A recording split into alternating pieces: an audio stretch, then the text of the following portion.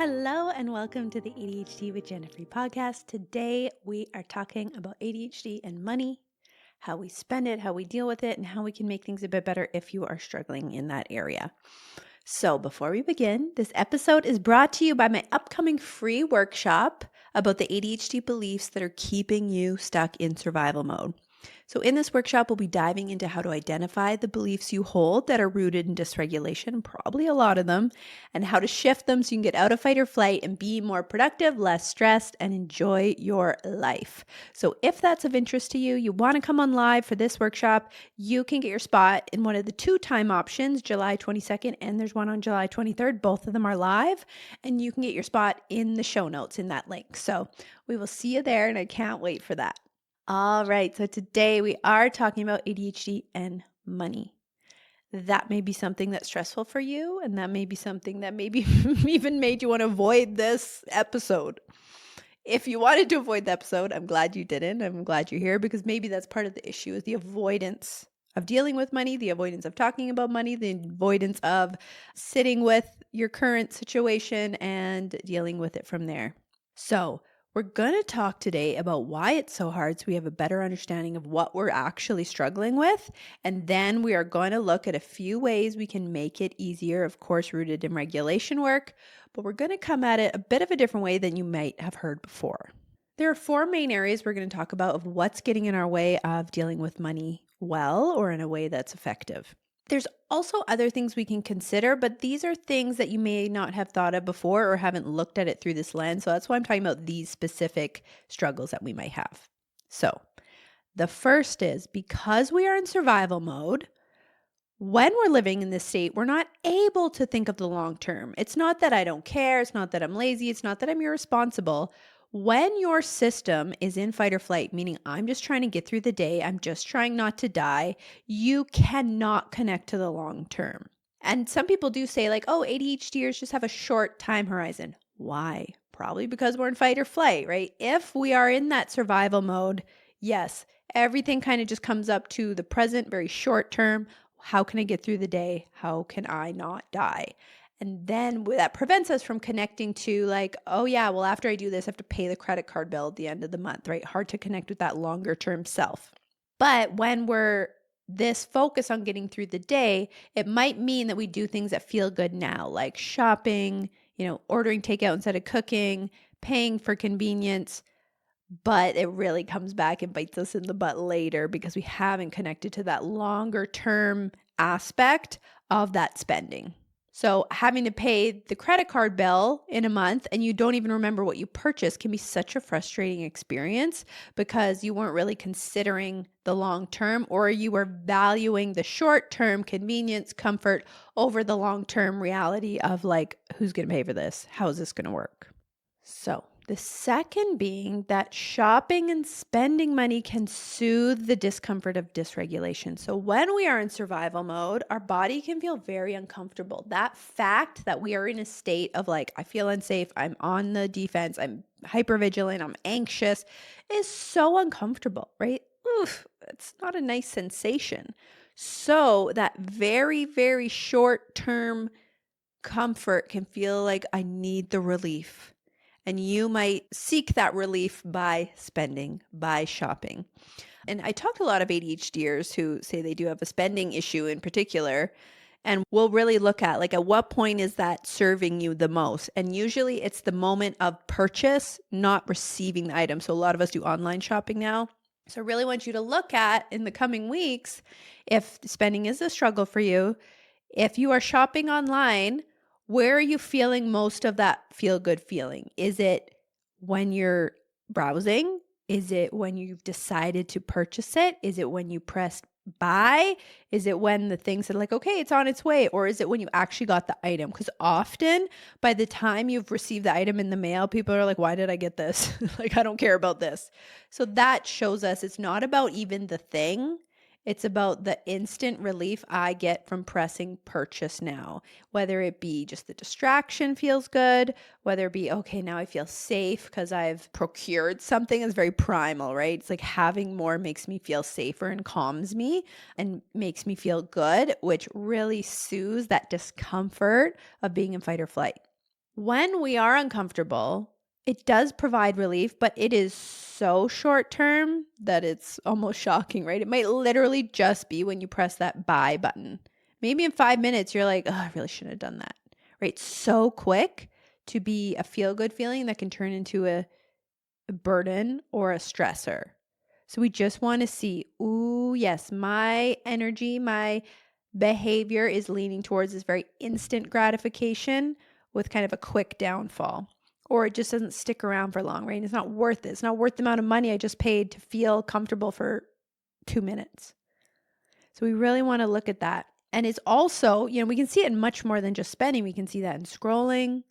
We can see that with substance use or food if you have a tricky relationship with it. It's like, wow, eating that felt good in this 1 second, but now I feel like full or I feel sick or I don't feel good because I didn't even want that. Why did I do that? Right? So same with scrolling. Maybe you pick up your phone and you're scrolling and you're like, ugh, I've wasted an hour. I don't even know what I just watched. Like that was not helpful to me in any way.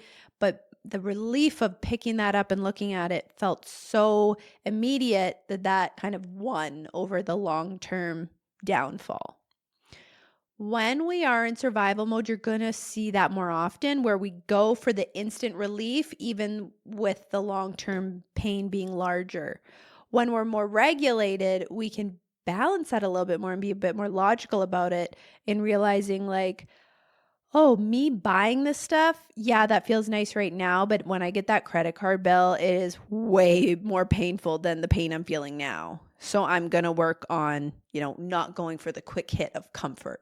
And we might call this like, oh, it's a quick hit of dopamine. But I do think that dopamine is such a tricky conversation. And I do have a previous episode about dopamine and kind of the complexities and nuance about that. So I hate to discount, all of our shopping, all of our spending, all of our scrolling and substance use to dopamine solely, because I don't think it's that simple. Because also I see that our dopamine requirements, if you will, change between when we're dysregulated and regulated. When I was dysregulated, I definitely see the areas where I went for like the quick hits, the more superficial dopamine, and it kind of biting me in the butt later. And now, as I'm more regulated, right, still have the same brain and potentially the same dopamine deficiency, right? I don't know if we're completely solid on what's all involved with the ADHD diagnosis, but we do know the dopamine is involved.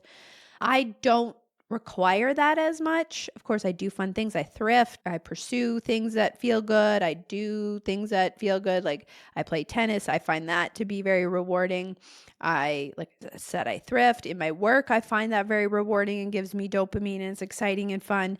But I'm able to find my dopamine hits in a more well-rounded way where I'm like, yeah, this feels good now. And it also either feels just as fine later, or at least don't feel worse later, right? I don't really do a lot where, yeah, that feels nice now and I regret it later and I feel such shame and guilt and I feel bad and it like bites me in the ass later. I don't do any of that. So the reason I'm saying this is because it can be a slippery slope to think, well, it's just the dopamine. It's just because I need dopamine and I must do things that like feel good now but hurt me later. I don't think that's inevitable. But I understand that's really going to be part of the equation when we're dysregulated, particularly because we don't have the foresight to go, oh, yes, this is not a good way to be, make myself feel better because it's going to hurt me more later. I find as I'm more regulated, I am much more apt to go for the thing that's hard now and going to make my life easier. So if it's like a blip of difficulty now, like, okay, I'm uncomfortable. Instead of going buying something, instead of picking up my phone, instead of, going for a coffee, I find coffee, sometimes I can fall into a trap of like using that to stimulate and for dopamine and to make myself feel better when I'm dysregulated. But instead of that, I'm able to go, okay, sit with the discomfort, work through it so that I can have that feel good feeling later or face, do the harder thing now so my life can be easier later. So much easier to do that than when we are dysregulated. It's like I will push that discomfort to the future as long as I possibly can, even if it comes back at me tenfold. Right? So that's really a huge change in regulation. The third thing you may have not considered when thinking about your relationship with money and spending is how much of a rush we are in. When we're dysregulated, we are in such a rush. There's not enough time in the day. We don't have time for anything. I am so burdened by life. I'm so overwhelmed by life, and there's not enough time. And this equation can equal us spending a lot more money. So one, of course, if you're in a rush, you're not gonna be as mindful and thoughtful about like, can I afford this? Is this really what I want? Is this worth it? We're not gonna have that thoughtfulness, but we're also not gonna feel like we have time to cook, so we get takeout. We're not gonna feel like we have time to make coffee. I gotta rush out the door, so I buy one. It's gonna feel like I can't shop around and be thoughtful about my purchases. I just gotta grab the first thing I see, even if it's maybe not the best deal or what you really want, and then you regret it later, all of that. Never mind feeling like we have the time to actually sit with our finances, figure stuff out, organize, learn, plan, right? It's like, I am so busy just getting through life, just surviving. I don't have time to be considerate about these things. I get that can feel very just like, but that's true. I just don't have the time. When we are more regulated and stop rushing around, you will find you do. It's really weird, right? It's like rushing around feels like I don't have time, but when I slow down, I see that I have time, right? So it's more the rush that makes everything feel frantic and there's not enough time, not the reality. Because we have the time we have, but when you slow down, you're gonna be more thoughtful, right? So then you actually will make decisions that get things done in a better way or give you better results. Like if I'm not in a rush and I feel like, okay, I have time to make some food just because that's the one next step of the day or that's what's important to me right now. I'm hungry. No, you don't have to make a huge complicated meal, but we can have that flexible thinking come in and we might, oh, I'll look in the fridge. Sometimes I'll have leftovers in there, right? That it would have been perfectly good to eat. I know we can have some food aversions and be easily like icked out by food, but assuming it's like, oh yeah, that would have been perfectly fine to eat, but I forgot it was in there because I was in such a rush, right? It'd be things like that can happen too, that the rushing makes us not be as tuned in or thoughtful or make the choices that would have served us much better. So that's a big one. And then the last area where we can have trouble in kind of a more unique dysregulated lens is we can have a lot of dysregulation around the finances themselves. So if you haven't been tending to your money for a while, we can start feeling judgmental about ourselves, right? Shame, guilt. So now sitting with it, not only do I not have the time, but when I even think about it, I feel like I'm going to puke. I feel dysregulated. My heart's racing. My muscles are tense. So that is something that can build and add to the struggle. So you might be there now, right? Where it's like, okay, I'm in such a rush. I'm in survival mode. So I am spending on a bunch of things that, if I was cool, calm, and collected and in my clear mind, I would probably decide against, but I'm just in a rush and being very reactive and impulsive because of that. I am in survival mode. So I'm seeking comfort above all else. I'm in a rush. So I'm busy and don't have time to, consider things or sit with my finances. And now because of all that, I feel shame and guilt and I'm dysregulated about the finances. So now it's even more of a turnoff to look at them and see them. But this is the avoidance cycle. So the more you avoid, the more dysregulated we become about that thing. So it's harder to face. So the longer we avoid, but now we've avoided even longer, which makes us feel even worse, which makes us avoid further. So round and round we go. And you can probably see how all of these things are intertwined, right? It's like a snowball going in the direction we do not want it to go. And so what we want to do is turn that cycle around. So if we've been headed in one direction, right, that snowball's going down the hill, we want to stop the snowball and go, okay, how can I turn this thing around? That is going to start with, me, regulation. If you are rushing, buying things impulsively, very reactive, not slowing down enough to go, is this what I really want? Is this worth it? Why am I purchasing this right now? Going to be very hard to make any changes. Because that is another thing I want you to look out for that I actually forgot to mention, was realizing if a purchase feels urgent, you have to get this now, it's probably rooted in dysregulation, right? So if you're like desperate, like, oh, I have to buy that thing, that shirt, that face wash, that couch now, I can't wait till this weekend. And there's no logical reason, like the sale's not ending. You're not going camping tomorrow and need a sleeping bag. It's just like, I just have an urgency about wanting this. You're probably dysregulated. So for that example, a good place to start would to be delaying purchases everywhere you can. So if you're like, oh, I really want that couch. Look at this couch. Oh, I got to buy it right now. You might observe that urgency and go, oh, could I? Okay, I'm going to put this, just in my cart. And on the weekend, then I'll relook at it and decide if I still want it. That kind of putting the brakes on can help you kind of look at it through a more regulated lens instead of being really caught up in the dysregulation and the frantic rushing and the urgency, which can have us make decisions that we wouldn't have otherwise. But regulation is going to be at the root here, of course. So the thing you can focus on, I think, overall to start is slowing down. Slowing down in general is going to have you feeling like you have time to be more thoughtful. You're going to feel like you have time to maybe eat at home more often, time to make your own coffee and things like that. But also, even in the process of purchasing anything, like I mentioned, you can really slow down by like, okay, I'm going to return to this in a few days or next week. But you could even slow down in the process, like in store, right? Are you quickly looking through everything, grabbing something and rushing to the till and getting it and rushing out? Okay, slow down. I'm going to walk slowly through the store. Naturally, by slowing down, your nervous system is going to be a bit more regulated. You're going to be a bit more grounded, and you might have a bit of a cloud parting going, why am I even in this store? I don't really want this. And I find that a lot for myself, even to this day. I typically thrift, but even in the thrift store, if I try stuff on, grab it and go straight to the till, I will buy way more than if I slow it down. Like, is this really what I want? Which are the best few of these things? Right? Kind of slow it down. I might go, actually, I don't really want this one. Right? Or, oh, I'll just get these two things instead of all of these. The slowing down will naturally have you be a bit more choosy. It might make you second guess your purchases, which is going to obviously support your long-term goal of not buying things you don't need. So when you don't feel like you're barreling down a hill all the time, you can stop to contemplate, is this purchase just soothing my discomfort? Or is this a conscious choice I'm making to purchase this, right? Buying stuff is not bad. Spending money is not inherently bad. That's what we have it for. But if it feels urgent, if it feels like I have to have this thing, if it feels desperate in any way, we want to see what's going on regulation-wise because there's probably a lot there. That being said, in the process of regulating and turning kind of the cycle around with finances and money, you are going to need to accept some discomfort.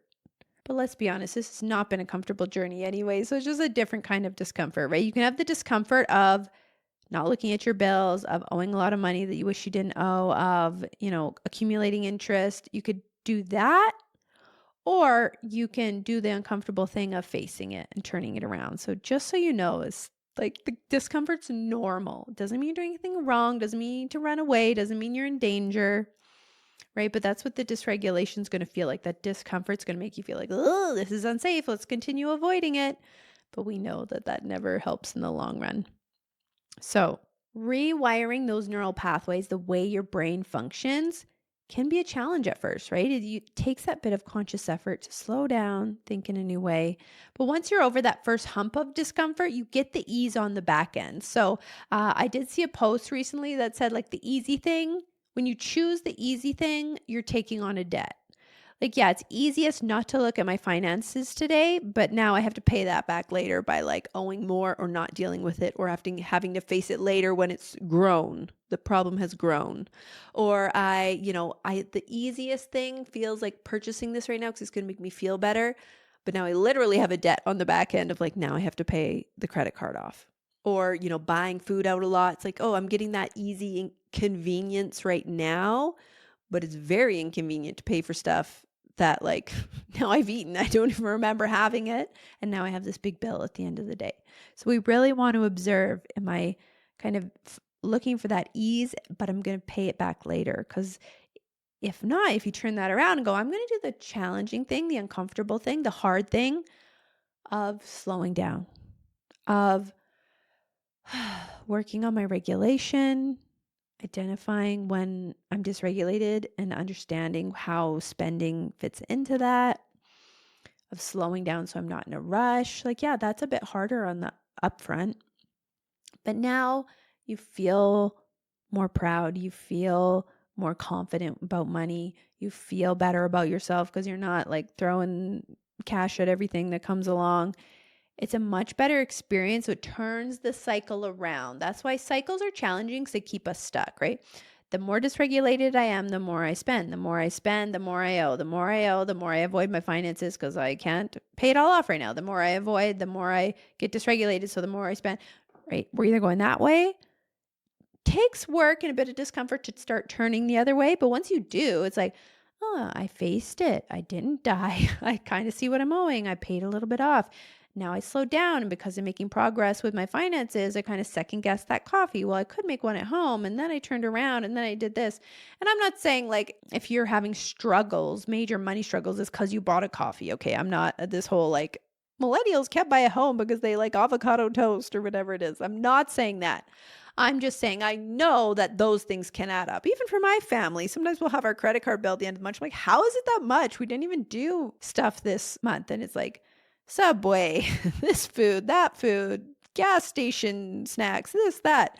So it happens for everybody. But if you are thinking like, wow, a lot of my spending is not necessary, it's not a choice, it's feeling compulsive, and I'm really fed up with it, that's what I'm talking about. I get that a lot of people can have money struggles right now with inflation and everything. I'm not talking about the big picture stuff. I'm talking about how can we change our spending habits and our relationship with money and spending and regulation through this lens.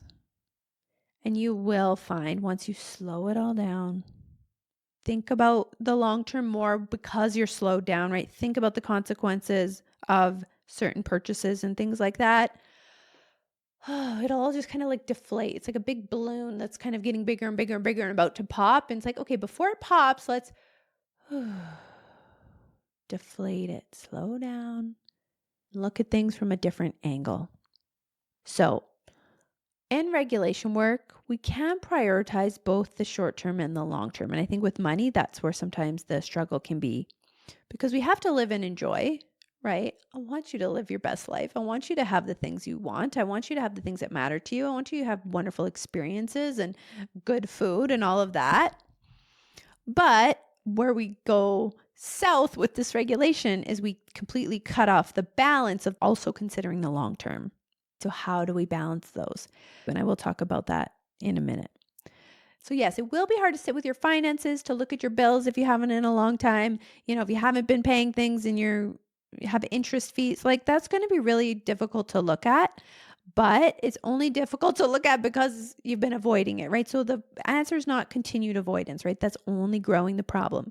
Yes, if you continue to avoid it, you will get the short-term relief of not having to face it, but you'll get much worse long-term pain of it becoming a bigger problem. So in order to do that, we want to do our nervous system regulation steps, which you can find in the free guide in the show notes, and observe where prioritizing today's comfort is creating much more pain. And see if you can challenge that avoidance cycle.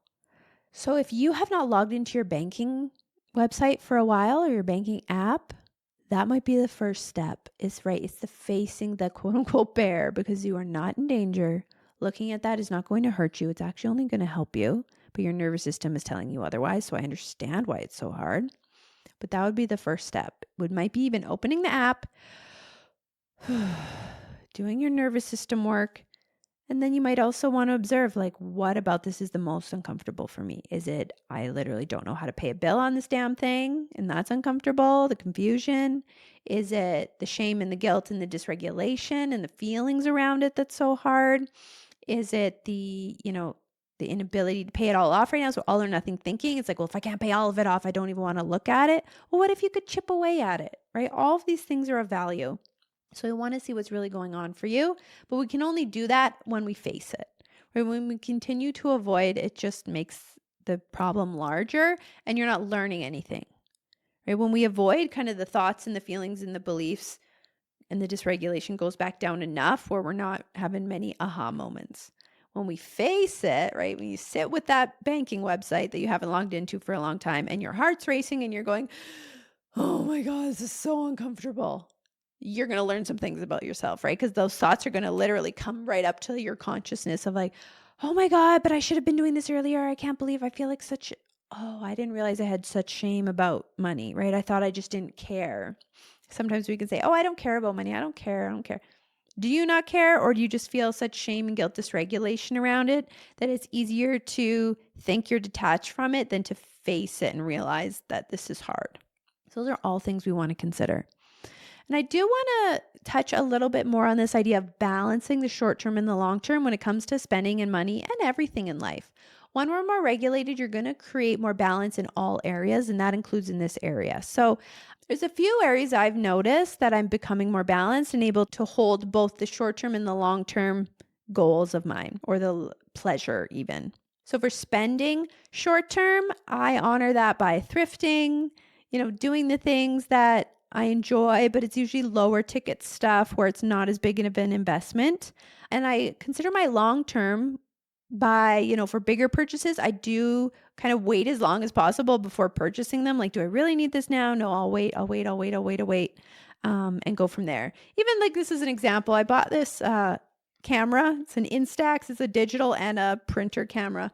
And I did want it probably like 2 months ago, and I put it in my cart. And I waited and waited. I thought, oh, like I do want that. Maybe I'll ask for it for my birthday.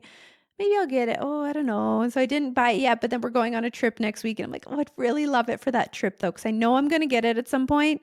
So I'm going to get it now so I can get some photos for that trip and put them in a frame. And that's kind of my plan for this, is like for decor for the home and having all these little pictures of trips and stuff like that. So that helped me balance that, like, yes, I want this thing, but I don't need it immediately. So let me sit with it and see if I still want it. And then when I do, that's when I'll typically purchase things. And I will say this is just a feel good, balanced way to approach finances. It's not like I didn't have the money for the camera. I could have bought it at any time, but just because I can buy something doesn't mean it's going to feel good to buy that thing. Doesn't mean that's a useful way to spend my money. And so considering the long term more is really helpful, but that will come the more regulation you practice. Number 2, eating and drinking.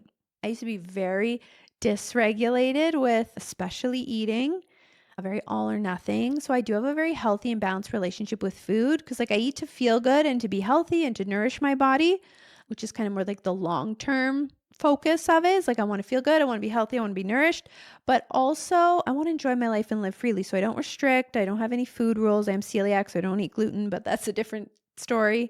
But other than that, I have that nice balance of like the short term, enjoying my treats, enjoying nice dinners out, but also the long term of like nourishing my body, feeling good, and being quote unquote healthy.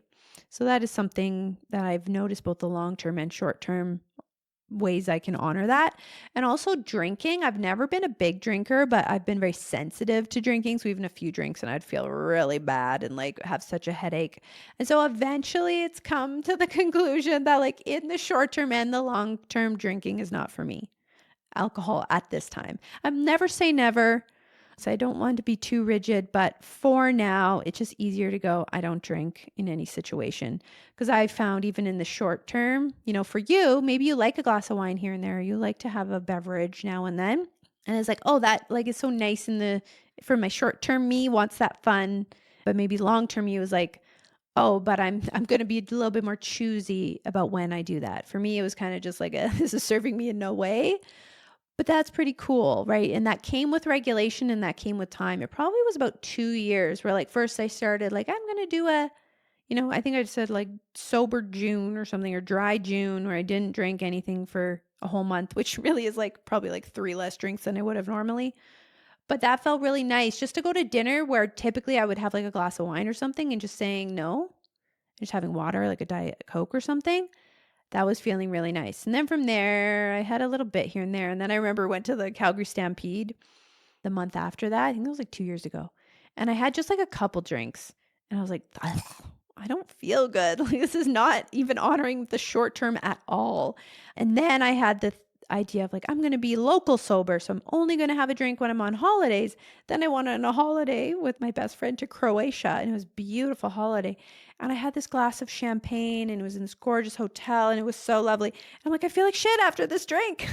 Why am I ruining this beautiful experience with alcohol? It's not for me, right? So kind of tuning in to like what serves me best in the both short term and the long term can take time as well. Even with your spending, you might take time exploring, like, how do I honor myself in the short term and the long term when it comes to money? Maybe you play around with it. It might take time. It's okay. You don't need to have the answers immediately. And then for working, I've also found this because I do work in a way where I get things done that I want to get done. So I have the results that I want in the long run, like this business, like my entrepreneurship journey. Being on this podcast right now is part of my work, and I show up and do the work I want to do to get the results I want. But I also take rest. I take advantage of the freedom I have as an entrepreneur. I prioritize my life as well, not just work, work, work, work, work. Because that might help in the long run to give me success, which I actually even doubt that. But I also am living now, right? So I don't want to put all my energy into work and forfeit the lifestyle I want, which is a bit more relaxed and a bit slower. So those are just 3 different areas where I've noticed being able to hold both the desire to have short-term kind of enjoyment and living and also long-term benefits. So that is something you want to look at with your relationship with money in particular, because that's what we're talking about today. How do I buy what I want now to live and have fun and engage in this life, but also honor my long-term goals and my long-term self? So be sure to grab your spot in this week's ADHD Beliefs Workshop. I can't wait to dive in. Of course, money beliefs are going to be a part of that as well. If you have dysregulated beliefs about money, you are going to have a very difficult time being regulated and talking about the different elements I've talked about today. It's going to be very hard to slow down. It's going to be very hard to be more mindful. So this workshop will be relevant to money, work, life in general, so you can find this balance in all of those areas. So be sure to grab your spot in the show notes, and please rate and subscribe to the podcast. It helps so much. Share it with a friend who has ADHD. This helps other ADHDers learn about this approach, consider a new angle of things, and we can all keep working from there. So thank you so much, and we'll see you next week.